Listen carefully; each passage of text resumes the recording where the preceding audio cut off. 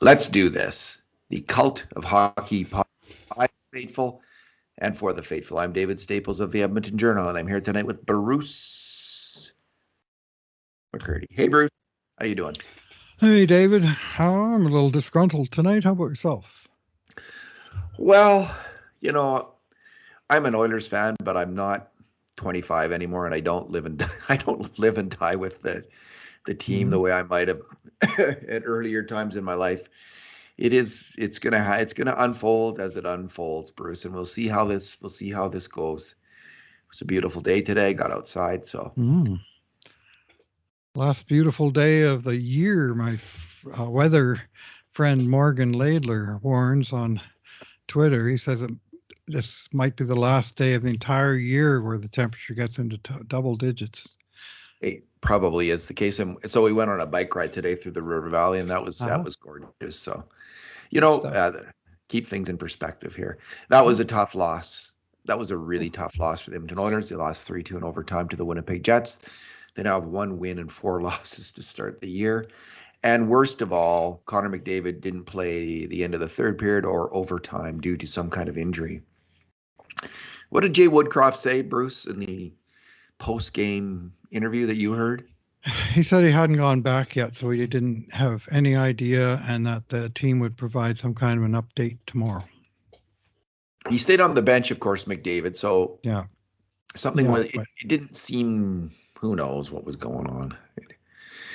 So Bruce, Well, it seemed to be an issue before left the game, to be yeah, honest. Like whatever it was that bothered him on that thing up the ice. Like I sent a thing to you in yeah. our scoring chance document, commenting on his absolute reluctance, flat, almost refusal to shoot the puck. After none last game, he had one shot tonight, and he passed off from perfect shooting position at least So twice. that would seem to indicate something with his arms, perhaps, or wrist. Is it like he can't get torque to shoot? He was fighting like the Oilers' power play was discombobulated largely because he was Oh, discombobulated. That said, I thought he had a good like when he was in the first period and in the third, like he was hustling. He was a little iffy with the puck now and then, but he had a good game and he made a couple nice plays. Um, but he's injured, and the Oilers are 1-4. Wow. hmm. This season is not starting the way Jay Woodcroft or the Oilers or any of us fans were hoping it would start, but here we are. Bruce, this is our two good things, two bad things, and two numbers plus one conundrum podcast. Let's start it off with your good thing. What do you say? Yeah, well, let's start off with how the game started off with another, just like last Saturday. The Oilers came out from the gates, absolute gangbusters, and they kept it up for a good 6, 7 minutes tonight, scoring twice, scoring a beautiful goal right off the bat on a three-way passing play. Draisaitl and McDavid to Nurse, who absolutely snapped one home from the slot. Beautiful passing play. Then drawing a penalty a few minutes later and executing on the power play. Again, this time McDavid to Draisaitl, who suckered Connor Hellebuck into thinking he was going to shoot, and Hellebuck overplayed the shot, and Leon just went back into the slot. And Bouchard had almost the whole net. He had to hit it, and he had not to hit the traffic, and he did both those things, and he scored. Yes. And it's 2-0. And you're thinking, well, this is good. Playing against a struggling team, we got him on the ropes already. And so the first 6 minutes and 11 seconds are my good thing. Yeah, would have been nice to hold a lead. This was reminding me of a playoff game where the Oilers they can't hold a lead, Yeah. and Yeah. they just can't hold a lead, and then they can't get it done in crunch time because of weak defense. Bruce, my good thing, one of the players on the first goal who made a number of small plays that were fairly strong was Zach Hyman, and I thought he was actually the Oilers' best player, most effective player tonight. He, for instance, at even strength, um, he made six major contributions to grade A shots and not one mistake against at even strength. He was working hard all game long, came very close a number of times to scoring. As I said, like two crucial passes up the ice on that first goal, and then he went hard to the net I don't think he screened the goalie, but he did open up space for Nurse by charging the net, and that opened up the slot area. So just solid fundamental play. Right after that, off a face-off, he jammed the puck hard on net and almost got it in. He got a breakaway, couldn't score. Late in the third period, he makes this mad rush up the ice. He couldn't get the puck on net, but a moment later, he almost scored. Draisaitl won the face-off. Nuge got a shot, and Hyman almost put it in from in front. Then in overtime, they were a little bit lost without Connor McDavid in overtime, frankly. But the one pairing that did work was Nuge and Hyman. And Hyman blocked a shot in the slot, rushed the puck up the ice, and put it over to Nuge, who off his skate got a really solid chance on net that almost beat Hellebuck. But so Hyman was just on all night, hustling, setting a standard for hustle. I thought the Oilers actually had a good work ethic this game. It was a very close game. The grade A shots were 12-11 for Winnipeg. Winnipeg had six 5 alarm shots, so the very, very best scoring chance shots. They had 6, and the Oilers just had 3. So and a lot of that advantage for Winnipeg came in overtime when they kind of took over, and the Oilers were discombobulated. Chasing the puck and the play. Yeah, I think they need a zone. Like, they got the zone going at even strength, and they've been fairly good in their own zone in terms of not giving up goals against. They've mainly been punished on the rush. That's where they've been struggling all year at even strength, is giving up rush goals. But in overtime, they go back to man-on-man, 3-on-3. Well, I'll just move on to my bad thing then, since I'm there already.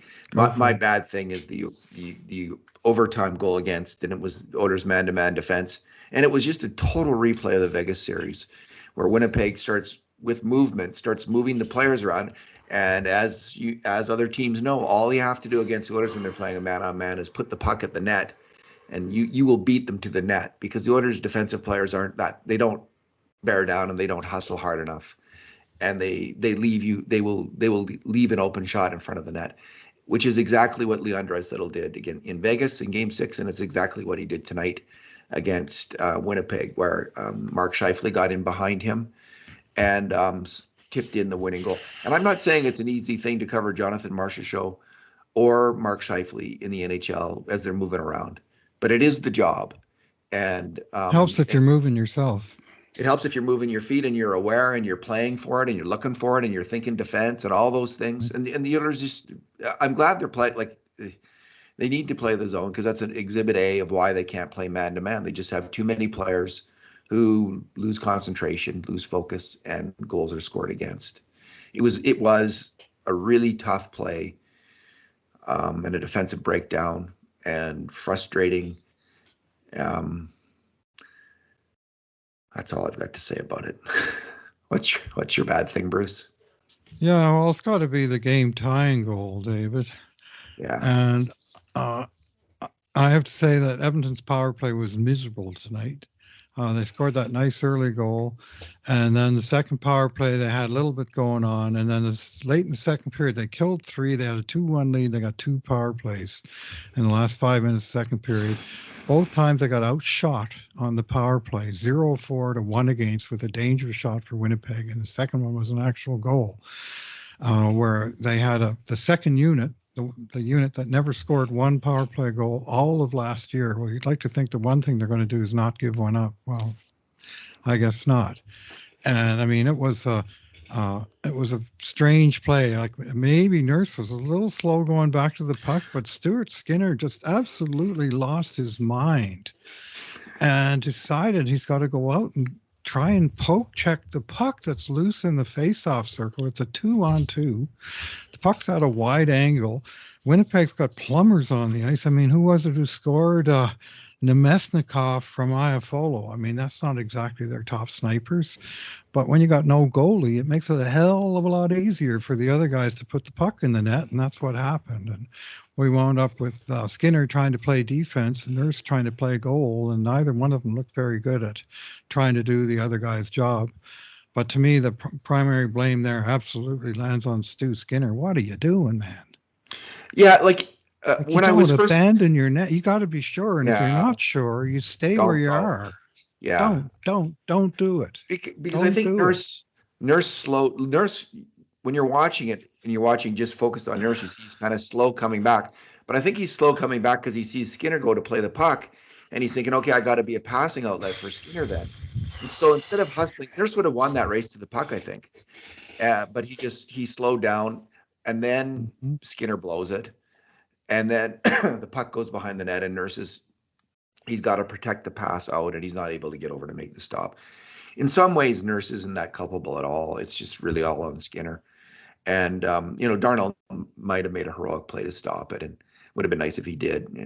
But He tried, but laying down in the crease that wasn't was necessarily that play. The play was, no, I think, probably just stay to on your slam the guy, just to go well, hard stay at on the guy your that had feet. the puck behind the net. Yeah, But it's a hard play. But uh, Bruce, and when that happened, it was late in the second period. The Oilers are up 2-1, and now second it's game in a row, David, they fell asleep on the power you play in the late in the second period, and it cost them last game, and it cost them this game. Wake up, you are jeez. you are not you're just not going to win when you let in No. goals like that. When a team, and we've talked about this before, when a goalie lets in a terrible goal, especially at a key moment in a game, and pretty Hmm. much all the moments are key when the game's close, early in the game and in the second period or whenever you let in a goal like that, psychologically devastating for your team. And the Oilers did bounce back. They didn't actually create much in the third period at all, right to the end. They didn't. Well, let's see. How many grade A shots did they have after that?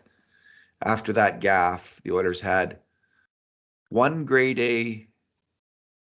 No, they had two grade A shots in the third, and then they had one in over. They had one in overtime, so they didn't muster much on the attack at all, actually. But Skinner himself bounced back and made some really nice saves, including about three in overtime before he was finally beat. So Stuart Skinner bounced back, but the team never really did fully recover.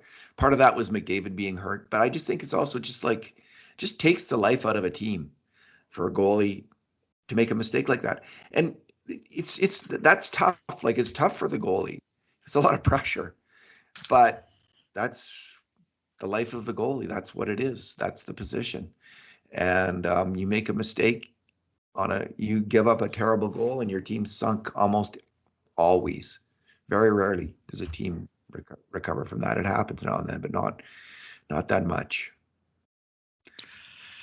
Yeah, that was weak, and like I say, it was just a complete lapse in concentration. If there's one thing that is sort of a running theme throughout the early 23-24 seasons, that the Oilers have a hell of a time keeping their heads in the game for 60 minutes.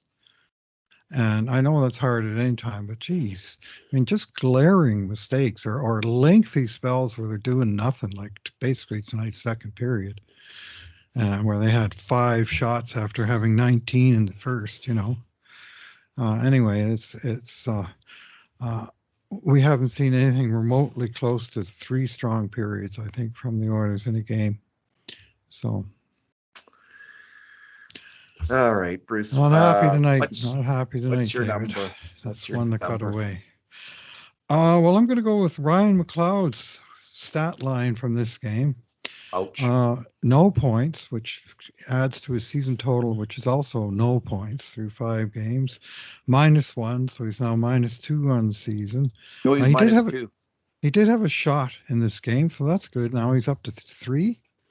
And he had a couple of hits to bring him also up to 3. This is through 5 games playing regularly in the NHL. He had 3 giveaways in this game and 3 face-off wins and 9 losses. And David, I don't know where this player is. He's a ghost out there. And I mean, this is a guy that they come to rely on. And I mean, they paid up to keep him around, and he needs to start bringing it. At even strength, Bruce, not one contribution to a grade A shot, but 2 major mistakes on grade A shots against, and also one shorthanded. So, and I gave him a 4 in the game. I guess maybe even a 3 might have been appropriate. Yeah. Yeah. Yeah, it was a poor game from him. They need more from that guy. They need more from a lot of guys. And tonight I'm singling out Ryan McLoud, and other nights it'll be other guys. But they need more from their middle tier players, which McLeod now is. Bruce, my numbers are going to be some ice time numbers, and it's I think the Oilers coaches, if they have culpability, they're not getting the right players on the ice, which is their fundamental job, according to Scotty Bowman, is to get the right players on the ice. They are overplaying certain veteran players and underplaying some other players, I think, at this point. Dylan Holloway, Warren Fogle, been playing excellent hockey this year. Derek Ryan was maybe they're one of their best players in the playoffs. He's barely got on the ice this year. Can't get ice time all of a sudden. And but who they are giving the ice time right now to Evander. Like Kane made a sly, sarcastic comment about not getting much ice time in the first. But he's playing too much right now, Bruce. He's not getting the job done with the puck. He's struggling. He should be, so he played 14:04, which is very low for Evander Kane. 14:04. 4 minutes below his average, so they did slice him back quite a bit. And Connor Brown, who's also been struggling all year long, 14:31. Ryan got into 10:37. Dylan Holloway got into 10:08, and Warren Fogle got into 11:43. There's no rationale on earth, Bruce, right now that I can see for playing Kane and Brown more than Fogle and Holloway. You will keep losing if you do that. Holloway and Fogle are capable of helping you win some games. They're making plays out there. And Kane and Brown are capable of you losing games. Kane's struggling to get the puck out of his own end. I mean, he got in a fight. There's some monster hits that he threw, including one late in the game. He's trying again. Yeah, he's hitting. He's doing whatever he can, but whatever he can isn't enough, and he's got to be cut right back on the ice time. If they want to turn this around, that's what you got to do. You've got to reward the players who are playing well, and not play the veterans. And if you don't do it fast, you just keep suffering, So this is, the coaches know this. This isn't an easy thing, right? This is a hard thing because these are proud veteran players. You just got to say, listen, we're going to go with these guys. We're going to go with the guys who are performing right now and executing. And if you don't like that, well, the record's 1-4. And until that changes, nothing else is going to change except our philosophy of going with the players who are executing. And we don't care about your reputation or your past or anything. Who's executing right now? That's it. Go with that. Yeah, well, Evander Kane, I wrote on him yesterday, and he's certainly trying. That's not my complaint. Some people are saying he's dogging it, and I don't see that. I see a guy who's trying to. He reminds me of later stage Milan Lucic, trying to get in there, land the hits, play the heavy game, but his hands are stone, and there are times, David, just 5 feet inside his own blue line. Every winger's job is to go to the boards, take the ring around pass, and somehow get that puck outside the blue line, past the defenseman, ideally onto the stick of a teammate so you're actually attacking with it. And Kane has so much trouble with that sort of simple routine play. And I see stuff like that, and I wonder, how much damage was done in that wrist thing, and is it that a part of it? Did he always have stone hands, or have they gotten exponentially worse since he had that injury? And some of it's just it's a timing thing. There was a play late in the third period where there was a puck was held in Edmonton's territory for a while, and it came along to Kane on the boards, and he reached for the puck, but as he was reaching, he was already starting to skate away from it, and he left the damn puck behind. He skated up the boards, and the puck hadn't got to him, and Winnipeg kept it in and generated a very dangerous chance that would have taken away even 1 point that the Oilers were able to get from this game. That's a serious mistake. It is, and Bruce. You can't be doing that stuff. No, I make that same mistake about 5 times a game in beer league hockey. But I'm not paid $5 million a year. So, you're right. Like, he's struggling, and I think it is really injury related. I think he's actually Probably. better than late stage Lucci. I think, like, I've made that comparison earlier. That Mm-hmm. was my concern. Listen, he's landing hits, which Lucic didn't do much of, and he is much more effective on the forecheck. He's still fast on his skates and somewhat agile, but yeah, he's just struggling. He's the old expression, fighting the puck. Well, that puck is just landing like bombs on him. This is like this is like George Foreman pummeling Muhammad Ali in the early rounds. It's not good how much this fight is going. The puck is winning. It's going to be a TKO. So Bruce, yeah, I hope he turns it around. I was thinking like maybe he could start doing those Connor McDavid, like put on the rollerblades and stick handle in his driveway for 2 hours a day to work on his hands, because it's frustrating. It's got to be terrible and frustrating for him too. But he's full of confidence, so maybe he'll figure out a way to turn it around. Maybe this is just a bad spell, but in the meantime and in between times, they've got to cut down on his ice time until he does figure it out. Like, seriously. And we'll see if that happens. I doubt he'll go much. Maybe he'll get down to 12 minutes. But they've got to get Holloway and Ryan out there more, and they got to get Fogle out there more, and because these guys are playing well, and I mean, Yeah. Well, the big four up front, which I'm not counting Kane in there at this point, and I'm not counting Connor Brown in there yet, much as we hoped for more from him. I think he's playing okay, Brown. Like, he's yeah, decent in the middle of the yeah. lineup, and he's good on the penalty kill, and he does win puck battles. But I mean, the production is 0 points. It's going to And be a bit for him, tonight, but it's. 0 shot attempts, 0 hits, 0 takeaways, 0 block shots. -1. I think There's it's just going to come nothing for there on his Brown. line. I think Nothing. it's going to come for Brown. Like, I agree, Bruce, Yeah. nothing, but I Hmm. do think I see enough good stuff that I'm thinking that he missed the year. It's going to come back though. The timing and His game is being tough in and around the puck and winning pucks, stealing pucks, getting in the way, just sort of really attacking the puck, and they need that. But as you say, he's probably still finding his sea legs after an entire year away. Not to mention that one of those sea legs suffered a very serious injury. That's you know he's I don't see. coming Yeah, back from. I don't see mobility necessarily as an issue. He seems okay, fairly Hmm. fast, agile, but he is not yet um, strong on the puck, like making plays on the puck. Anyway, hey Bruce, you nailed it with picking the 11-7 after last Hmm. Thursday's podcast. I mean, it was an obvious thing. This brings us to I tonight's. thought it was fairly obvious that This, that's yeah, what Woodcroft would do.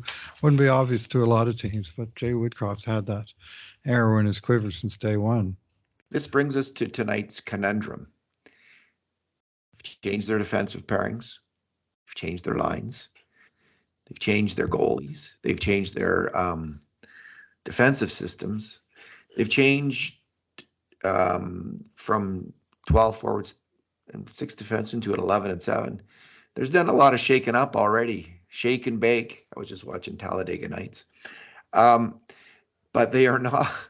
It's and this game, they haven't been far off. If you look at grade A shots, Bruce, it's kind of weird. The grade A shots this year have been actually pretty close. Mm-hmm. Most games, Philadelphia got a pretty distinct edge, and but other than that, even in the Especially in the first game, third period. Oh. yeah, even in this game, um, I mean, even in the first game, the grade A shots were kind of even when they lost so badly to Vancouver.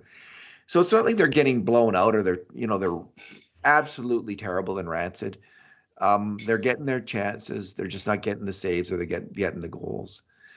But I guess tonight's conundrum is, you know, WTF? Like, what are you going to do next? What can you do? What do you do? What's the next card that you play, if any? Well, my great fear at this moment is you find out how your team plays without Connor McDavid for a while. Indeed. And it's, I mean, he missed the end of a tie game in overtime. I mean, obviously it's not trivial. Yeah. Whether it's something he can play through. I mean, I'm thinking best case scenario, he's back next Sunday for the Heritage Classic. I'd be very surprised to see him on Monday after what happened tonight. And I mean, the worst case scenario is the long-term injury. But if it isn't, uh, you're left with 20 healthy players. So They your don't play hand is till forced. Tuesday. They play Tuesday Tuesday, my against bad. the Yeah. Wild, and then Yeah. Thursday against the Rangers. Yeah. I could see him back Thursday. We don't know what's wrong Well, with we him, don't Bruce. know So, anything really, but yeah. So, that's my fear is that the change is going to be thrust upon them in the uh, form of injury to their captain, who's I think pretty clearly been dealing with something for a while. It didn't just happen tonight, and it may be a collection of things, but it may, who knows? But he took a knock in the first game of the season. He took a nasty knock in that collision with Kane last game. yeah. From that rest of that game, he wasn't very good. And tonight, good at the beginning, and then, like I say, he was real lucky. Yeah. I wonder if it was that collision with Kane, eh? Hmm. Oh well, these things happen. So that's the conundrum, Bruce. I'm saying, okay, um, that we don't know whether that's a conundrum or not, because McDavid could be back next game and seemingly okay. Because he, in the first period, I thought he looked really good tonight, and he was moving the puck around nicely on the power play, made a really nice pass to Nurse. So I think you just at this point, well, I've already said what I think you do with the conundrum. You play the players who are playing well. Go with Dylan Holloway. Jake Woodcroft is, if I would have in the moment, he's going full Dave Tippett. He is putting Draisaitl and McDavid together. He's overplaying the veterans. He's underplaying some of the younger players. He's not going like he's just getting conservative in terms of his player usage, like who he can trust, who he can't trust. Man, Dylan Holloway is ready to play in the NHL. Unleash him. Give him 15, 16 minutes a game.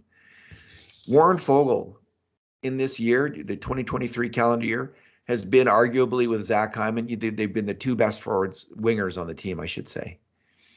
Depending if you say Nugent Hopkins a winger or not. Warren Fogel's going. Play that guy. Play the hell out of those guys. And, that's how I think you break out of this, is you start to loosen it up with your player decisions, not going with the status quo, not going necessarily big name veterans, and see how that goes.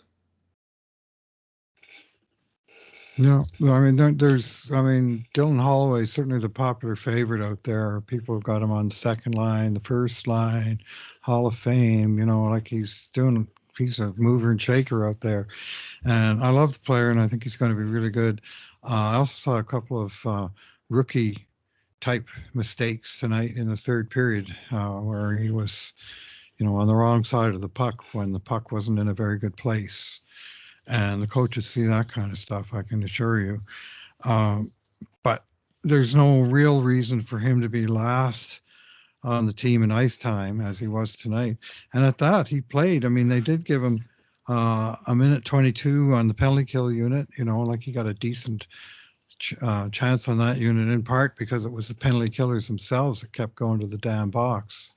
Nuge took 2 penalties. Janmark took 2 penalties. So in those situations, the number 5 guy or even the number 7 guy, depending on how you're running your penalty kill, is going to get extra ice because the whole thing gets scrambled. So, and I know Janmark is getting a lot of grief out there from fans, some of it completely unwarranted and unfair, that he's not an NHL player, even though he's played 491 NHL games and 6 AHL games since he came over from Sweden. How about a little respect, Oilers fans, for Oilers players? Seriously, that's crap.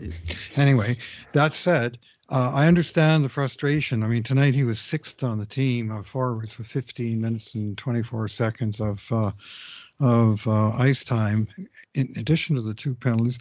But, the penalties, I mean, they were aggressive plays where he was trying to be hard on the puck and he took stick fouls, and obviously you don't like those. At the same time, I thought he was okay in the game.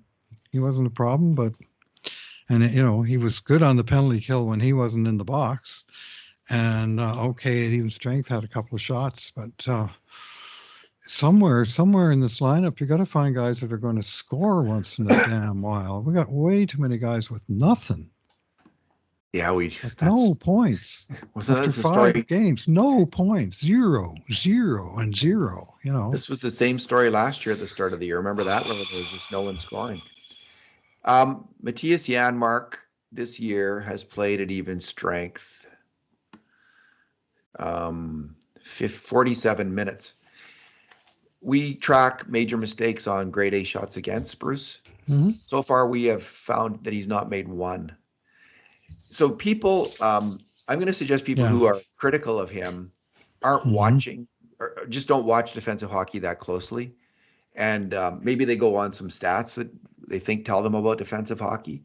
Matthias Janmark is an outstanding defensive hockey player. He's not a great attacker, but he is he is a solid NHL player. He is a solid. He is a great defensive player.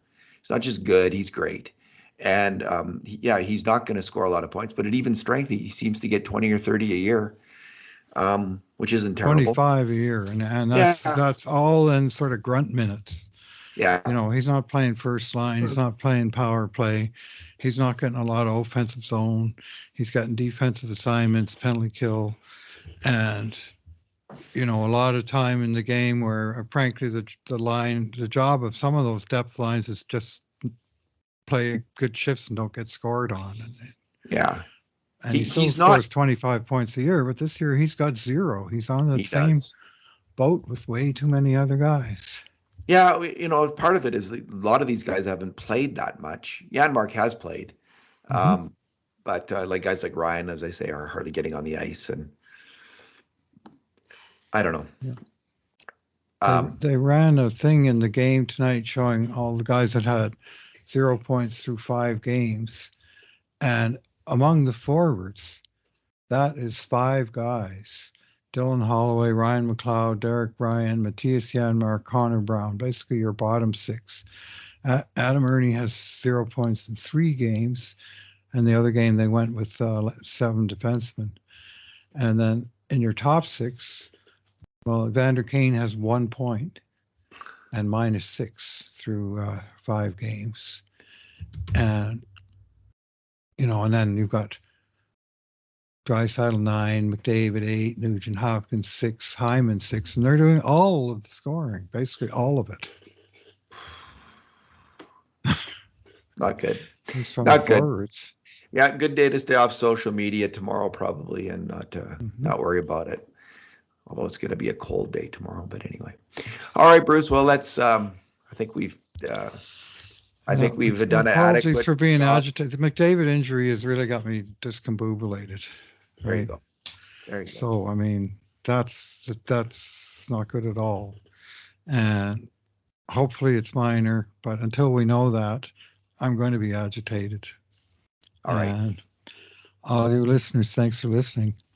That's what you got tonight, was a little bit of agitation from. I've also got him in my keeper league. Like, not only the Oilers need this guy, I need this guy. Tonight it was Bruce. This was not a good night. Yeah. All right, Bruce. Thanks for talking tonight. Yeah, thanks for listening, everyone. And in the meantime, and in between times, this has been another edition of the Cult of Hockey podcast.